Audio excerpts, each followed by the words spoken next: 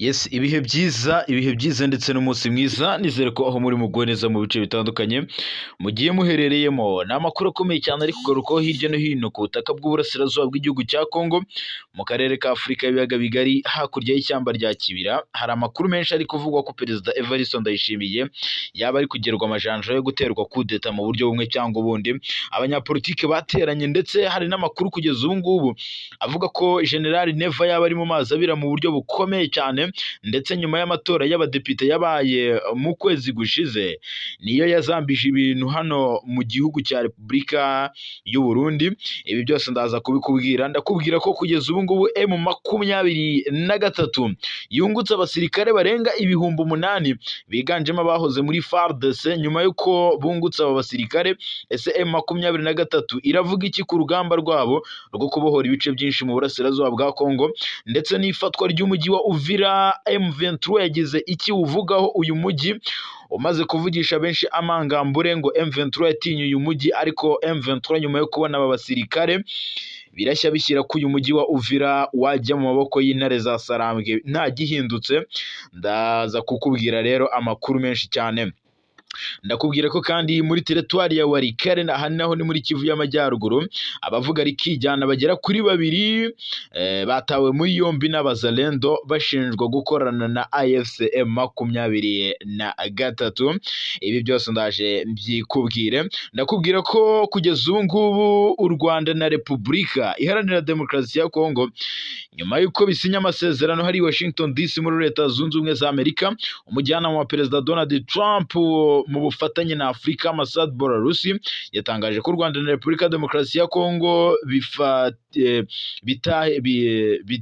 bitahatiwe cyangwa bitigeze bihatirizwa kwemera ibikubiye mu masezerano y'amahoro yashyizweho umukono ku ya 27 Kamena 2025, harimo no gusenya umutwe wa FDLR Kinshasa. Nibyo yiyemereye asizabigeraho. Masad Belarusi rero ni byinshi yagiye atangaza ku bihano bizafatirwa uruhande ruzanga kubahiriza aya masezerano ndetse n'ibikubiye muri raporo nshya y'amasezerano. Ndakubwira rero n'ibyagiye bitangazwa na Loni ikomeza gushinja u Rwanda ko ngari rwo ruri gufasha umutwe wa M23 mu burasirazuba bwa Kongo, ngo ndetse u Rwanda ngo ni narwo rutoza ngo abasirikare bakuru ba M23 ngo rukabatoreza mu bigo bya gisirikare byo mu Rwanda, Inasho, Gako ndetse n'ahandi. Loni ni raporo iharabika u Rwanda yongeye kugaragara, abantu ntabwo bari kuyivugaho rumwe. Ibi byose ndaje tubive imuzi n'umuzingo.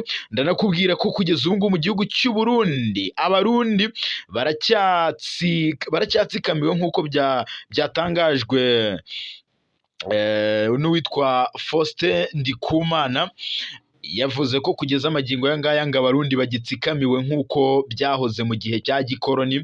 Ibi rero yagiye bitangaza uyu nguyu ni umwe mu nararibonye mu by'ubukungu, akanaba n'umuyobozi w'umuryango wa Parcem witwa Faustin Ndikumana.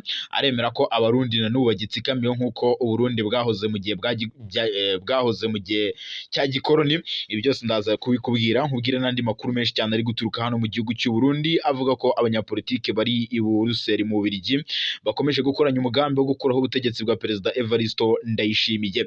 Ndakubwira ko kandi muri teritwari ya Fizi Twirwaneho yashyizeho abayobozi barimo na perezida w'uyu mutwe wa Twirwaneho ndetse Brigadier General Charles Sematama uzwi nk'intare batinya watsimbuye Colonel Makanika. Uyu nguyu yakomeje kugirwa vice perezida w'uyu mutwe wa Twirwaneho akano n'umugaba mukuru w'ingabo z'uyu mutwe mu bijyanye n'urugamba cyangwa mu bijyanye n'imirwanire.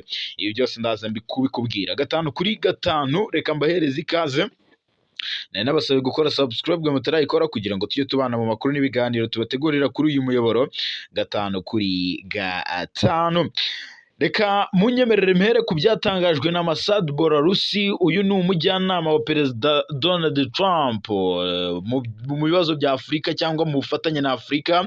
Yatangaje ko u Rwanda na Repubulika ya Demokarasi ya Kongo nta wahatiwe kubahiriza ibiri muri aya masezerano y'amahoro yashyizweho umukono ku ya 27 Kamena 2025, gusenya umutwe w'iterabwoba FDLR no gukuraho ingamba z'ubwirinzi z'u Rwanda rwashyizeho no gucyura impunzi ndetse n'ubufatanye mu iterambere ry'ubukungu ziri mu ngingo nyamukuru zikubiye mu masezerano yashyizweho umukono mu biganiro byabereye i Washington DC.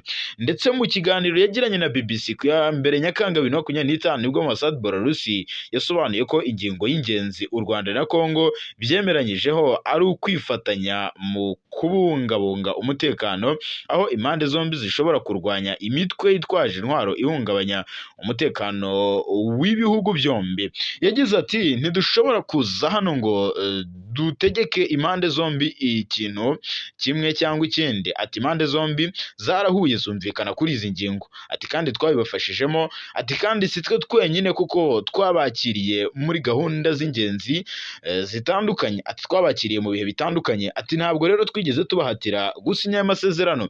Mossad Belarusi yanavuze ko aya masezerano azakurikirwa n'andi ibihugu byombi bizagirana mu gihe nyine aya masezerano azaba atangiye gushyirwa mu bikorwa. Magingo ngaya aya masezerano y'u Rwanda na Repubulika ya Demokarasi ya Kongo nubwo ari gutegeka uruhande rwa Kongo gusenya umutwe wa FDLR, ariko u Rwanda narwo rurasabwa gukuraho ingamba z'ubwirinzi rwashyizeho mu rwego rwo gucunga umutekano warwo ku mupaka. Magingo ngaya reka munyemerere nkomoze ku yindi ngingo ikomeye cyane nyuma y'uko M23 yungutse abasirikare 8,000 biganjemo abahoze mu ngabo za leta ya Congo FARDC. N'imyitozo aba basirikare bakoreraga mu bigo bya gisirikare bya M23 biherereye muri teritwari ya Rucuro ahitwa Canzu. N'abasirikare barimo abahoze mu ngabo za leta ya Congo FARDC bishyikirije M23 muri Mutarama uyu mwaka, ubwo batsindirwaga mu mujyi wa Goma bakemera kwishyikiriza uyu mutwe. Amakuru kugeza ubu ngubu aravuga ko abasirikare nyuma yo gusoza imyitozo bahise boherezwa mu ntara ya Kivu y'Amajyepfo ndetse no mu mujyi wa Bukavu, ahagiye hagaragara amakamyo menshi yaratwaye aba basirikare baturutse mu mujyi wa Goma. Biravugwa ko M23 iri gutekereza vuba uburyo yafata umujyi wa Uvira, ndetse niwo mujyi munini muri Kivu y'Amajyepfo, ukaba ari nawo mujyi wa kabiri muri Kivu y'Amajyepfo nyuma ya Bukavu, ndetse ikaba yashyira iherezo kuri no teritwari n'ubundi ya Uvira. Magingo yanga M23 kunguka abasirikare bigiye kubafasha n'ubundi gufata umujyi wa Uvira n'ibindi bice, kuko muri Gashyantare uyu mwaka nibwo aba basirikare basurwaga mu kigo cya gisirikare cya Rumangabo muri teritwari ya Rucuro n'umugaba mukuru w'ingabo za M23 Generali Sultan Emmanuel Makenga. Mbere yo kujya ku ikosi yababwiye ko bagiye kuvanwamo ubuginga Tshisekedi yabashyizemo, abateguza ko bagiye gukora akazi gakomeye cyane ko kubohora igihugu cya Kongo no kubohora abanyekongo muri rusange. Avuga ko bataje kuryama ngo basinzire, ahubwo bazanwe no gukora manywa nijoro, bazanwe nyine no kwitangira igihugu. Reka munyemere mve kuri ingingo kandi u Rwanda rwashinjwe gushaka kwigomekaho uburasirazuba bwa Kongo runinyega Ububirigi. Leta y'u Rwanda yanyeze Ububirigi bumaze igihe bucanye umubano. Inyuma ya raporo rero yasohotse ishinja u Rwanda gushaka kwigomekaho igice cy'uburasirazuba bwa Repubulika Iharanira Demokarasi ya Kongo muri Kivu y'Amajyepfo ndetse n'iy'Amajyaruguru. Politike ngo gufata ibice cyangwa se kwagura imbago byatumye M23 igira ijambo bya politike. Baravuga ko ari nacyo kiganisha guverinoma Kinshasa cyangwa se kiyisunikira mu gusinya amasezerano y'amahoro. Yego, magingo yanga ni amasezerano akubiyemo byinshi nk'uko rero byatangajwe n'iriwe ntaramakuru by'Abongereza Reuters. Biravuga ko iyi raporo bayibonye kabisa irimo ibigaragaza mu buryo burambuye, ndetse harimo n'abahanga bavuga ko u Rwanda rwahaye abinjira mu gisirikare cya M23 ibikoresho bya gisirikare ngo u Rwanda rwahaye abinjiye mu gisirikare cya M23 ibikoresho bya gisirikare karungura bishya rwose bigezweho. Ariko bakavuga ko ngo u Rwanda rwanohereje cyane abasirikare benshi muri burasirazuba bwa Kongo muri systeme ngo yo mu rwego rwo hejuru ishobora guhungabanya ibikoresho byo mu kirere kugira ngo inyeshyamba zihabwe umwitangirizwa ukomeye ku ngabo za Kongo ziba zisumbirijwe. Abadiplomate rero baravuga ko iyi raporo yashyikirijwe komite yashyikirijwe komite ishinzwe ibihano kuri Kongo y'akanama k'umutekano k'umuryango w'abibumbye mu ntangiriro za Gicurasi, kandi igomba gutangazwa vuba. M23 yateye imbere mu burasirazuba bwa Kongo, ifata ibice byinshi birimo Goma na Bukavu muri Mutarama na Gashyantare, ariko leta ya Kongo umuryango w'abibumbye n'ibihugu byo mu burengerazuba bw'isi biravuga ko ngo u Rwanda ari rwo rushyigikiye uyu mutwe ndetse ngo u Rwanda rworohereza ingabo za Kongo, rwohereza intwaro n'ingabo muri M23. Noneho u Rwanda ariko rwo ku rundi ruhande rurabihakana, kuva rwagiye rubihakana kenshi, ruhakana gufasha M23 kandi rukavuga ko icyo ingabo zarwo zikora ari ukurinda ibitero by'ingabo za Kongo zifatanyije n'inyeshyamba z'umutwe wa FDLR rurwanya ubutegetsi bw'u Rwanda. Yego, raporo y'impuguke y'umuryango w'abibumbye ariko iravuga ko kugeza ubu ngubu inkunga y'u Rwanda kuri M23 ngitari mbere na mbere ngigamije ngo guhangana n'iterabwoba riterwa na FDLR, ngo bagamije kurwanya FDLR no guhangana n'iterabwoba ryayo, bakavuga ko ahubwo Kigali yibanze ku kwigarurira n'utundi duce, ngo ntabwo icy'ingenzi ari ukurwanya FDLR nk'uko u Rwanda rubivuga. Urabyibuka rero ambasade u Rwanda rwo ruvuga ko ngo rwohereza ingabo muri Burasirazuba bwa Kongo ngo zirwanye FDLR, cyangwa ruvuga ko rwashyizeho ingamba z'ubwirinzi ku mipaka yayo. Cyangwa rero irabihengeka ikavuga none izi raporo uzarebe zisohoka zibogamye zivuga ko u Rwanda rwohereje ingabo ngo zihangane na FDLR. Yego, urumva. Noneho rero ambasaderi w'u Rwanda mu muryango w'abibumbye ndetse n'umuvugizi wa guverinoma y'u Rwanda ngo ntibahise basubiza icyifuzo cya Reuters cyo gutanga ibisobanuro kuri iyi raporo. Nuvuga ngo ni Reuters navuga ko yacukumbuye ino raporo. Ese yaracukumbuye koko iyi raporo ifite shingiro? Ni y'ibanga. Ese kuki ntibagira amakamera, ntibagira amakuru ya za satellite bagaragaza amafoto se y'izo ngabo, cyangwa ntizifotorwa zirije? Bityo bavuga ni raporo ya Loni. Raporo se ishingiye kuki? Ni raporo yigeze izariya muri Burasirazuba bwa Kongo ijyanywe no gukusanya imibare y'abasirikare ngo u Rwanda rwohereje muri Burasirazuba bwa Kongo. Tubyite ko rero ari propaganda za Kinshasa se? Ni propaganda, bo bashingira ku makuru atangwa nabo muri Kinshasa.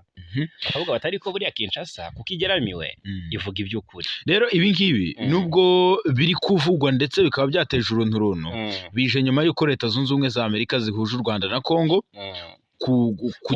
kugerageza kugera ku masezerano y'amahoro hagati y'u Rwanda na Kongo. Yego, azazana rero amamiliyaridi y'amadolari. Ese urabona mu by'ukuri hagati y'impande zombi ni iki gihugu kizungukira muri aya mahoro, muri aya masezerano?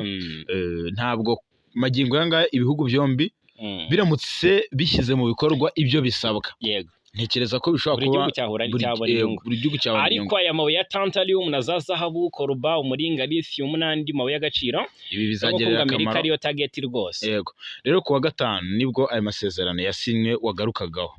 Abaminisitiri b'ububanyi n'amahanga nibwo bashyizeho umukono ku masezerano hariya i Washington, maze bahura na Perezida Donald Trump wababuriye ko ibihano bikaze cyane by'imari ndetse n'ubundi bwoko ngo biteganyirijwe muri aya masezerano ntarengwaho. Ku ruhande rwayo rero Qatar nayo irimo kugerageza kugera ku masezerano y'amahoro hagati y'intumwa za guverinoma Kinshasa n'intumwa za AFC M23. Ubwo rero raporo y'umuryango w'abibumbye yo iravuga ko u Rwanda rwakiriye nubwo hatavuzwe igihe abayobozi b'ihuriro ry'inyeshyamba zirimo M23 mu kigo cy'imyitozo cya Gabiro, ndetse banakoresha ibigo bya gisirikare byanashonaga ko mu guhugura abinjira mu gisirikare cya M23.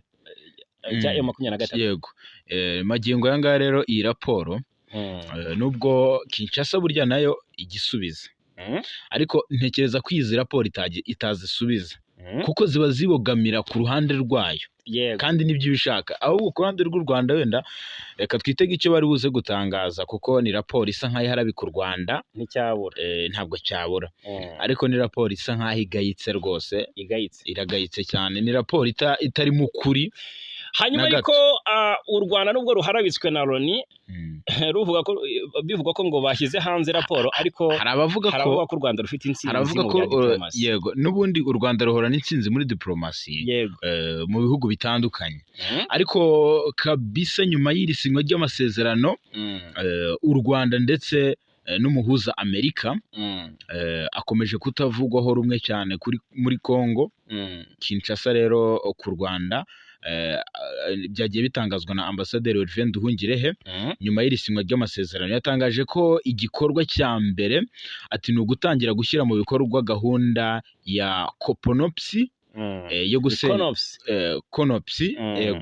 yo gusenya umutwe wa FDLR hagakurikiraho gukuraho ingamba z'ubwirinzi z'u Rwanda. Ni ukuvuga ngo u Rwanda iyi FDLR ritaravaho ntabwo ruzigera rukora ingamba z'ubwirinzi. Yego. Mu gihe rero mugenzi we wa Kongo Therese Kayikwamba Wagner nawe yagize icyo atangaza, avuga ko ngo ari igice cya mbere ngo ni ugukura ingabo z'u Rwanda. Ariko Kayikwamba ejo yari ariko aravuga ati utazubahiriza amasezerano nta ngingo ihari imuhana. Ni nko kuvuga ngo nitutayubahiriza ntacyo biturebaho. Magingo yanga rero ukuvuga ko ingabo z'u Rwanda ziri ku butaka bwa Kongo, nawe yashakaga kuvuga ko ngo nizitazabanza kuvayo ngo nabo batazigera barekera gufasha cyangwa gusenya ino FDLR. Ni ukuvuga ngo icyo u Rwanda ruvuga nk'aho ari icya kabiri, Kongo iri kukigira icya mbere. U Rwanda ruvuga ko ikintu cya mbere ari ugusenya FDLR nabo bagakura ingamba z'ubwirinzi. Kongo ikavuga ko ngo u Rwanda rugomba gukura ingabo ku butaka bwa Kongo, FDLR igakurikira. Urumva rero harimo amacenga akomeye cyane. Mu by'ukuri aya masezerano azasiga iki ku Rwanda ubundi? Biribazwa. Ni ikibazo. N'ibyifuzo by'u Rwanda muri aya masezerano byagiye bigarukwaho. Urebye rero ibikuye muri bya Kongo byagiye byibandwaho muri aya masezerano. Biriho kuko Kongo yifuzaga ko u Rwanda rukura ingabo mu burasirazuba bwa Kongo. U Rwanda rubyemera ariko ruvuga ko ruzakuraho ingamba z'ubwirinzi nyuma y'uko hazaba hasenywe umutwe wa FDLR, kuko ariyo mpamvu ituma u Rwanda rukaza ingamba z'ubwirinzi. Ubwo urumva buri impande zombi zarumviswa aha ngaha. Magingo yanga rero biragoye kutabona ko u Rwanda rusa nkaho rwabonye igice kinini cy'amateka yarwo.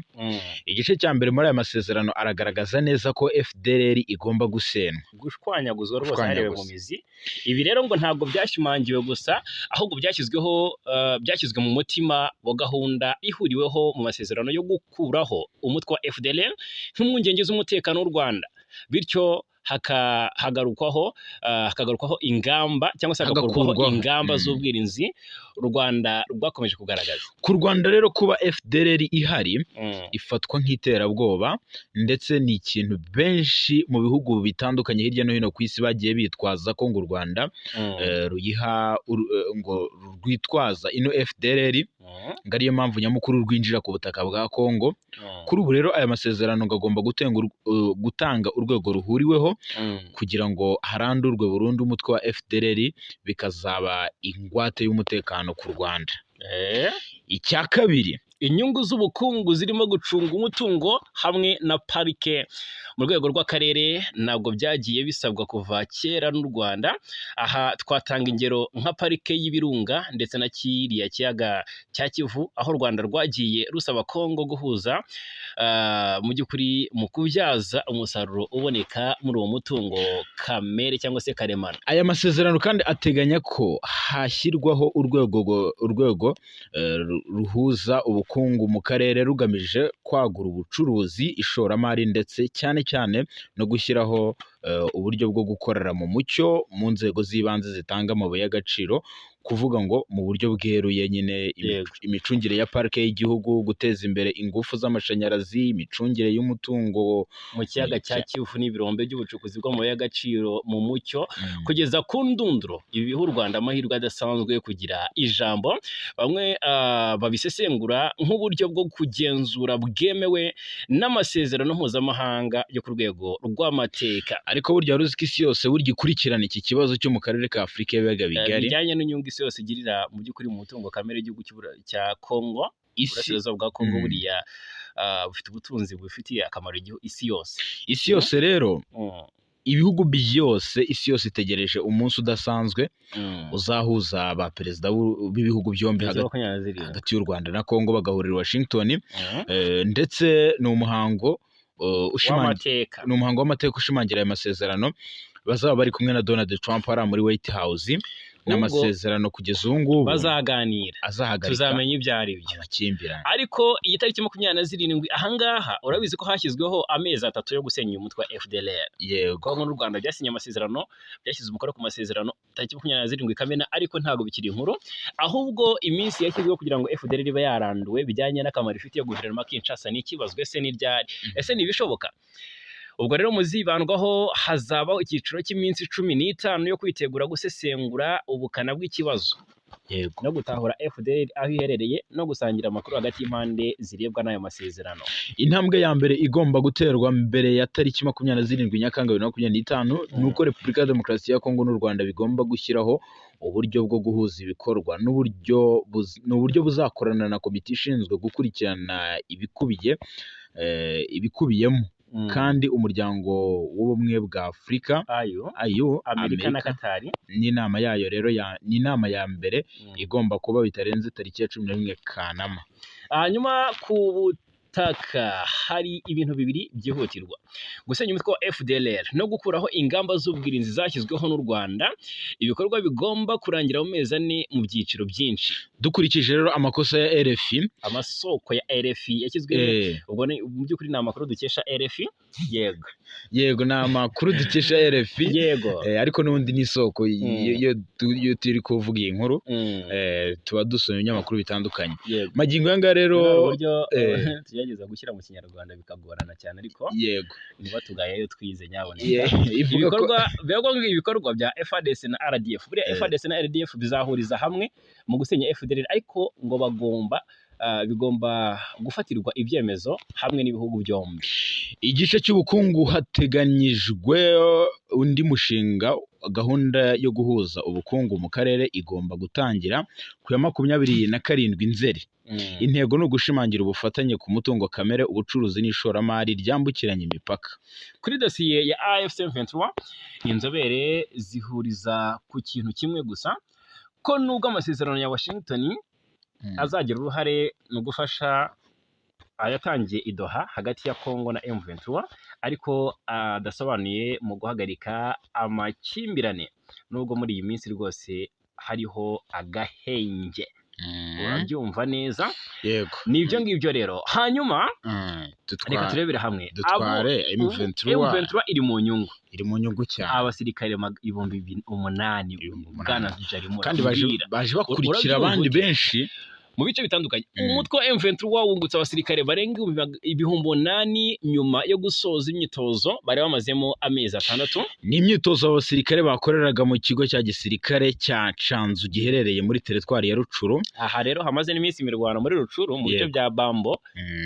Ni abasirikare rero barimo abahoze mu ngabo za leta ya Kongo FARDC bihikirije M23 muri Mutarama uyu mwaka, ubwo batsindirirwaga mu ntambara yasize M23 ifashe umujyi wa Goma. Amakuru avuga ko bari abasirikare nyuma yo gusoza imyitozo bahise boherezwa mu ntara Kivu y'Amajyepfo, ndetse mu mujyi wa Bukavu hagaragaye amakamyo menshi yarabatwaye ubwo bawugeragamo baturutse mu mujyi wa Goma. Biravugwa ko M23 kandi iri gutekereza ku kuba yakwigarurira n'umujyi wa Uvira. Bisa nkaho byacecetse ama operation yo kwigarurira uyu mujyi. Uyu mujyi wa kabiri ukomeye cyane muri Kivu y'Amajyepfo nyuma ya Bukavu, bwana Jarimura, uzi ko ari nawe wimuriyemo ibiro bikuru bya Kivu y'Amajyepfo bya guverineri. Yego, ikaba impamvu yatangiye kohereza bari abasirikare hafi yawo. Rero muri Gashyantare uyu mwaka, ubwo bariya basirikare basurwaga mu kigo cya gisirikare cya Rumangabo n'umugaba mukuru w'ingabo za M23 wa General Sultan Makenga, mbere yo kujya ku ikosi yababwiye ko rwose bagiye kuvanwamo ubuginga. Tshisekedi yabashyizemo, anabateguza ko mu kazi kabategereje harimo kubohora Kongo no kubohora abanyekongo muri rusange. Yego, reka tunyarukire Warikare naho turebera hamwe amakuru ari kugenda turuka yakomeye cyane, birago ko mu abavuga rikijyana babiri muri yombi na Wazalendo bashinzwe gukorana na M23. Yatubwire turebere hamwe n'aya makuru avuga ko aha muri Warikare biravuga ko hari amakuru yandakomeye cyane ari guturukayo. Hafatiwe intasi, hari Abazalendo babafasha abakomandazi babiri ba M23. Yego, magingo yanga rero ibi biri kubera hano Warikare biri gutera abaturage ubwoba mu buryo bukomeye, cyane cyane mu bice biri kugenzurwa n'uyu mutwe wa 23. Kugeza ubu ngubu abaturage bo muri ibi bice byo muri Warikare mu duce twombi tugera kuri 2, aho ni muri groupement ya Ikobo twigaruriwe na M23, ngo nibazi uruhande bakwiye kuyoboka, abe Wazalendo ndetse na M23, kuko bakekwaho gukorana n'uruhande rumwe cyangwa urundi nk'uko amakuru abivuga. Ni ukuvuga ngo nyine ni abangaba bashinjwa, nyine aba bavuga ari kijyana hano muri Warikare. Abaturage rero bari ku mpande zombi kuva aho uduce twose turi muri groupement ya Ikobo twigaruriwe ngo ntibazi uruhande bakwiye kuyoboka, bakekwaho gukorana n'uruhande rumwe cyangwa urundi nk'uko iyi nkuru dukesha Radio Okapi ikomeza ivuga. Ni muri urwo rwego rero abantu babiri bavuga rikijyana bo mu gace ka Iremia, Mutobe Sebasishi na Witonze Sebijumbo bataye muri yombi kuri wa kabiri ushize tariki ya 2 Nyakanga na Wazalendo yo mutwe wa CMC Nyatura umaze iminsi uhanganye na M23 ahantu hatandukanye, babashije kuba bafitanye isano na AFC M23, babashije kuba bafitanye isano na M23. Ibirego bihakanwa n'imiryango y'abatawe muri yombi. Yego, abaturage rero nta mahitamo bafite, babana n'umuntu wese uri kugenzura aka karere, uhaje baramwakira. Barashaka ko rero ngo ibi byashyirwaho iherezo. Niba bashaka kumenya uko bari kumwe na M23 ati babimenye, niba bari kumwe na Wazalendo babimenye. Ibi rero ni ibyatangajwe n'umwe mu bavuga rikijyana wasabye impande zombi kuvanga abaturage kuvana abaturage mu makimbirane. Yego, iyo harimo intwaro, kuko ari abaturage b'inzirakarengane. Yakomeje agira ati rero kubera ko turi mu gace kayobowe na M23 ndetse n'Abazalendo ngo barashinja gukorana n'inyeshyamba, ati ntitujya mu gace kayobowe na Wazalendo, ati AFC M23 itwita abafatanyabikorwa ba Wazalendo. Ati kandi twajya mu gace k'Abazalendo bakatwita ko turi abafatanyabikorwa ba M23. Ati twabuze aho dufatwa, twabuze aho tujya. Abantu rero bagera kuri babiri bafashwe bakomeje gufungwa kugeza ubu, aho bivugwa ko Abazalendo bari kubasaba ingurane kugira ngo barekurwe. Abazalendo ahangaha muri Warikare bigize bakasha amakokere, kuko hari abarwanya imitwe yitwaje intwaro ya Repubulika Demokarasi ni Wazalendo. Biravuga ko ngo bashimuse abasirikare bakuru babiri b'umutwe wa M23 muri Warikare. Bareba commanders ngo bayoboraga ingabo za M23 ziri ahitwa Misinga, ni muri groupement ya Ikobo muri teritwari ya Warikare. Ikinyamakuru Actualité kivuga ko bashimuswe na Wazalendo mu ijoro ryo ku cyumweru rishyira ku wa mbere tariki 30 Kamena, ubwo bari bageze mu gace gahuza imidugudu ya Kirumburumbu na muri bari mu rugendo. Ubwo rero iki gitangazamakuru kandi kivuga ko abagihaye amakuru nta myirondoro ya bari abasirikare ba M23 bigeze bagiha, gusa ngo nyuma yo gushimutwa bahise bajyanwa mu birindiro bikuru bya Wazalendo biri ahitwa Buhimba. M23 kandi ntacyo yaratangaza kuri aya makuru. Ari makuru kandi avuga ko ku wa mbere ingabo za AFC M23 zakoze umukwabo mu mashyamba yo muri Kirumburumbu na muri mu rwego rwo guhiga abari babashimutiye abayobozi, gusa ntibagira n'umwe babona cyangwa se baciryera kugeza amasaha y'umugoroba ku wa mbere. Kandi amakuru y'abashimuswe ntiyari yakamenyekanye nk'uko amakuru dufite ahangaha abivuga. N'ibyo ngibyo rero kandi rwose nuko biri muri Kivu y'Amajyepfo. Twirwaneho yashyizeho abayobozi barimo n'abaperezida. Ni umutwe wa Twirwaneho ushinzwe kurengera abanyekongo bo mu bwoko bw'abanyamulenge bavuga ikinyarwanda. Ku wa kabiri nibwo watangaje ko abayobozi bashya barimo na perezida wayo bamaze gushyirwaho. Twirwaneho isanzwe iri mu mitwe igize ihuriro rya Alliance Fleuve Congo M23 rirwanya ubutegetsi bwa Repubulika Demokarasi ya Congo. Itangazo uyu mutwe wasohoye urerekana ko uwitwa Prophete Freddy Rukema Kaneki wari usanzwe ari visi perezida wa AFC ari we wagizwe perezida w'uyu mutwe. Abandi rero bahawe izi nshingano zo kuyobora uyu mutwe harimo General de Brigade Charles Sematama kabisa wasimbuye uyu witabye Imana ninde? Makanika. Uyu rero yagizwe visi perezida wungirije ushinzwe ibya gisirikare n'umutekano, akanaba n'umugaba mukuru w'ingabo za Twirwaneho.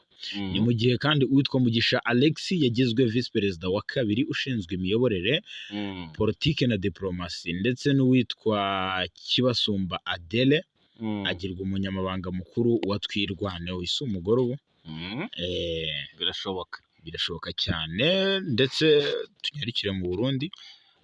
Mbere ko tunyarukira mu Burundi tubanze turebera hamwe amakuru ari kuvugwa muri Kivu y'Amajyepfo. Uvuga ko rwose hari inka zanyazwe muri Kivu y'Amajyepfo mu bice by'Iminembwe. Mu gihe turi kubigaruka ariko hari amakuru maze kwakira tubwire gusa hari amakuru maze kwakira avuga ko indege y'ingabo za Uganda yakoze impanuka nyaboneka. Yego, Imulenge muri Kivu y'Amajyepfo inka zibarirwa muri 40 zaranyazwe.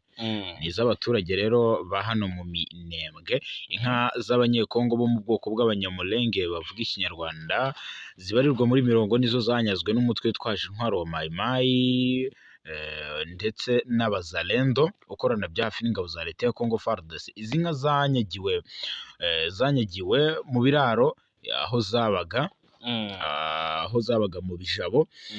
Aha rero ni mu gice cyo hagati. Iki gice ni cyo mu bijabo, ni igice kimwe mu bice bikomeye cyane giherereye mu ntera ngufi uvuye muri centre ya Minembwe ahazwi nk'umurwa mukuru w'Imulenge muri Kivu y'Epfo. Amakuru rero aragaragaza ko izi nka zanyazwe mu gihe cy'umugoroba wa joro ku ya tariki ya mbere Nyakanga 2025. Umutangabuhamya aravuga ko kugeza ubu ngubu ku mugoroba wa joro aribwo Mai Mai yari inyazi zino nka mu bijabo. Bavuga ko rero umubare wanyazwe nturamenyekana ariko uri hejuru y'inka 50. Iri nyagwa ry'izi nka ribaye mu gihe kandi ku gicamunsi cyo kuwa mbere ingabo za Kongo zagabye igitero cya drone kigatwika indege ya gisivili yari igemuriye imiti abaturage bo mu Minembwe. Amashusho yagiye agaragaza yagiye acicikana ku mbuga nkoranyambaga aragaragaza indege ya gisivili ntoya iri gushya. Ibyo rero byaje kwamaganwa. Indege ya PAM M23 yarabyamaganiye kuri vuga iti bakoze amahano ndetse nabo baje kwigamba ko babikoze. Barigambye ariko M23 ivuga ko rwose ari ibikorwa by'ubunyamaswa bidakwiye. Ahanini rero kubyamagana byavugaga ko leta ya Kongo yakoze ikidakorwa. Ati yakoze igikorwa kigayitse cyane. Nyamara kandi no ku mugoroba nibwo drone yongeye kugaragara mu kirere cya Rugezi no mu nkengero zayo. Ni indege n'ubundi bivugwa ko yaturutse mu Bujumbura. Amakuru rero kugeza ubu ngubu aravuga ko indege ya drone ngo yongeye no kuhaza. Kugeza ubu ngubu ngo yongeye no kuzenguruka ikirere cya Rugezi. Baba bari kuneka aho bagaruka kurasa. Birashoboka ko bajya bahavogera aho ngaho bakoresheje indege ziturutse muri za Kisangani. Nabwo hishwe Colonel Makanika. Ubuse Kisangani iranzira buriya M23 siyayivumbuye buriya bakahitamo kuzinyuza Bujumbura. Birashoboka ko baba bari kwiga andi mayeri ariko uwo bayigira nawe ari maso. Hanyuma indege y'ingabo za Uganda gusa uraje tubwira ibyo abasirikare b'u Burundi bafashije RDF kuremera imiryango itishoboye. Ariko biravuga ko hari indege y'igisirikare cya Uganda yo mu bwoko bwa kajugujugu yaritwaye abantu yakoze impanuka nyuma yaho yari imaze kugera ku kibuga mpuzamahanga cya Somalia. Ni ku gicamunsi cyo kuri wa gatatu tariki ya 2 Nyakanga. Iriya ndege ya kajugujugu y'igisirikare cya Uganda yakoze impanuka. Amakuru avuga ko iyi ndege yaritwaye abantu 8 ubwo yageraga ku kibuga cy'indege mpuzamahanga cya Somalia giherereye ku murwa mukuru wayo ari wo Mogadisho. Ihita ihanuka itangira kwakaho umuriro n'umwotsi uyivaho uzamuka mu kirere. Nta makuru menshi arabasha kumenyekana kuri iyi mpanuka, gusa agira ati kugeza ubu ntiharamenyekana imibare y'abayiburiyemo ubuzima cyangwa abakomeretse. Ubuyobozi cyangwa se umuyobozi w'urwego rwa Somalia rushinzwe indege za gisivile Ahmed Malim yasobanuye ko rwose iyi ndege yaguye ahantu hahariwe indege za gisirikare. Aravuga ko yavaga mu ntara ya Lower Shabelle. Bikaba bisanzwe bizwi ko iyi ntara ikoreramo abasirikare ba Uganda bari mu butumwa bw'umuryango wa Afurika yunze ubumwe. Ni ubutumwa bugamije kurwanya umutwe w'iterabwoba wa Al-Shabaab. Kugeza ubu icyaha cyateye iyo mpanuka ntikiramenyekana. Uriya muyobozi yatangaje gusa ko iperereza rigikomeje kugira ngo hamenyekane icyabiteye ndetse n'ababa babigizemo ikibazo. Indi nkuru ituruka muri Uganda, bwana Jarimura, dutera ibuye rimwe twica inyoni ebyiri nubwo mbona hano zigera kuri 3. Ni inkuru ivuga ku basirikare bakuru ba Uganda bafunzwe. N'abasirikare ba Uganda barimo ba ofisiye n'ufite ipeti rya generali bakoraga mu ishami ry'ubutasi hategetswe ko bafungwa. Ni umugaba mukuru w'ingabo za Uganda General Muhoozi Kainerugaba niwe wategetse kuri uyu wa gatatu tariki ya 2 Gicura kuri uyu wa Nyakanga, yego tariki ya 2 Nyakanga 2025 ko bafunga bariya basirikare. Abafunzwe barimo Brigadier General Cyrus Besige Bekunda warukuriye iryo shami ndetse n'abandi bari ku rwego rwa ofisiye, bose bashinjwa ruswa no kunyereza umutungo wa UPDF. General Muhoozi yakoresheje urubuga rwa X yahoze ari Twitter agira ati nategetse ko bafunga Brigadier General Besige n'abandi basirikare bafungiye n'abandi basirikare bangije kandi basuzugura ihame ry'agaciro twahoranye nka UPDF cyangwa se Ugandan People Defense Force, ari ryo ko dushobora kwigira no gukora neza. Bakiriye amafaranga bayakoresha nabi. Mu cyumweru gishize nabwo abasirikare bakuru babiri bafite amapeti yo ku rwego rwa Colonel bafunzwe hashingiye ku itegeko rya General Kainerugaba Muhoozi.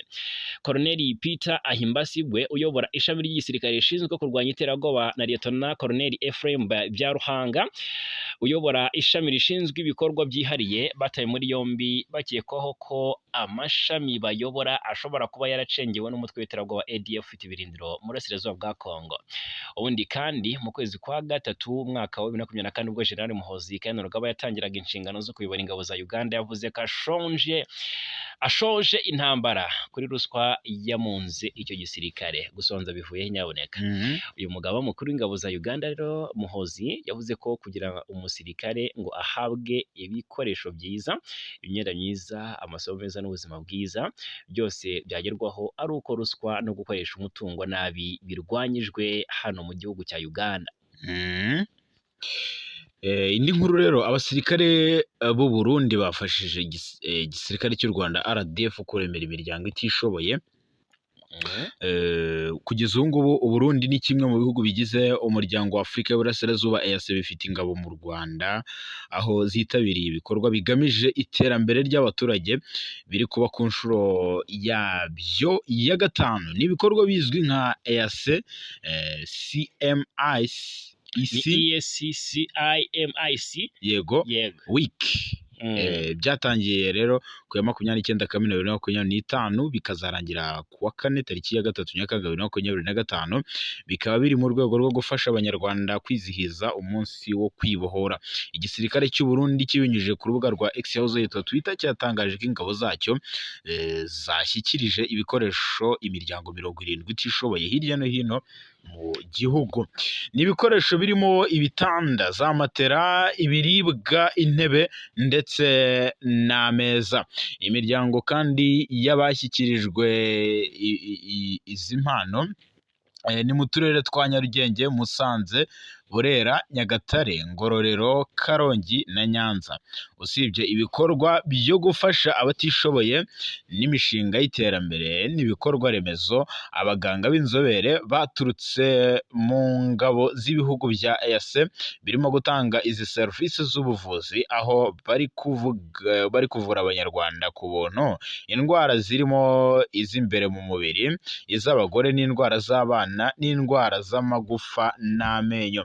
Serivisi z'ubuvuzi ziri gutangirwa mu bitaro by'uturere twa Ngoma ndetse na Nyanza.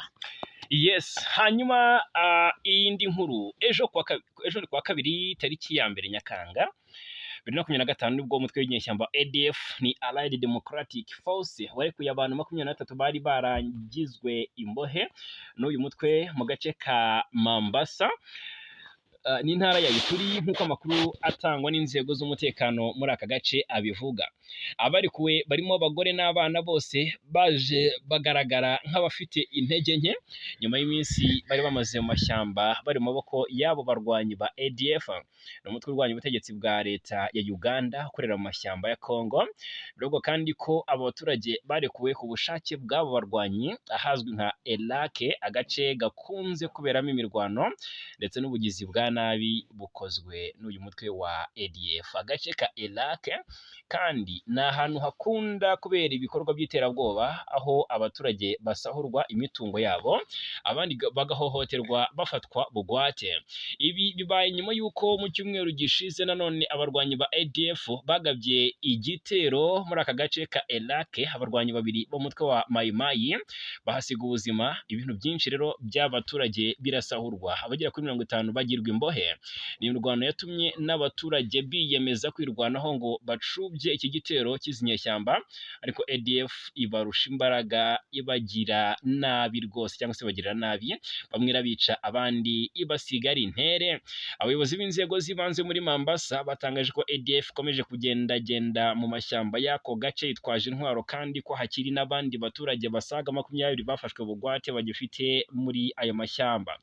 Abarikuwe abatangaje mu by'ukuri ko ubuzima bw'abaturage basigayeyo buri mu kaga gakomeye cyane, aho bamwe muri ubu barwaye kandi rwose ngo bamwe kuri ubu bararwaye kandi bararembye cyane, ahantu badashobora kubona ubuvuzi ndetse n'imikorere myinshi. Hanyuma rero abaturage bakomeje muri ibyo bice gusaba ingabo za FARDC gukora ibishoboka byose abaturage bagizwe imbohe bakabahozwa, muri ibyo kandi bice uyu mutwe bakawurandura burundu muri aya mashyamba ya Mombasa, ndetse no kugarurira ituze abaturage batuye muri ibi bice muri Iraq. Yego, twambuke ishyamba cyangwa se twambuke inyanja ngari. Amerika rero yahagaritse kohereza intwaro zimwe muri Ukraine. Amerika iravuga ko yahagaritse kohereza intwaro zimwe muri Ukraine, ndetse kuva ku butegetsi bwa Joe Biden mu gihe Uburusiya bwari bukajije ibitero kuri Ukraine nibwo byatangajwe.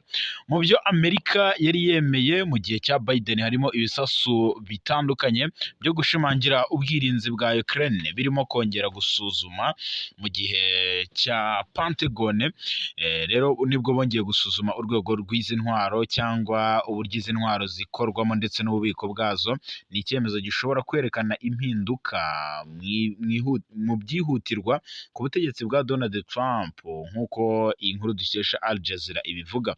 Kuri ubu rero amakuru atangwa n'umuvugizi wa White House Anna Kelly mu magambo ye yagize ati iki cyemezo cyafashwe mu rwego rwo gushyira inyungu za Amerika imbere nyuma yo gusuzuma inkunga ya gisirikare n'ubufasha igihugu cyacu gitanga kuri Ukraine ndetse no ku isi.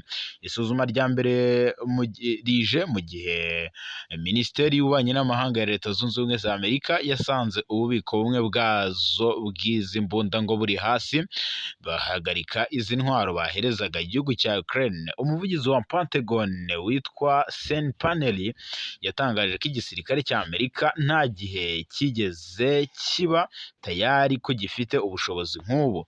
Uwitwa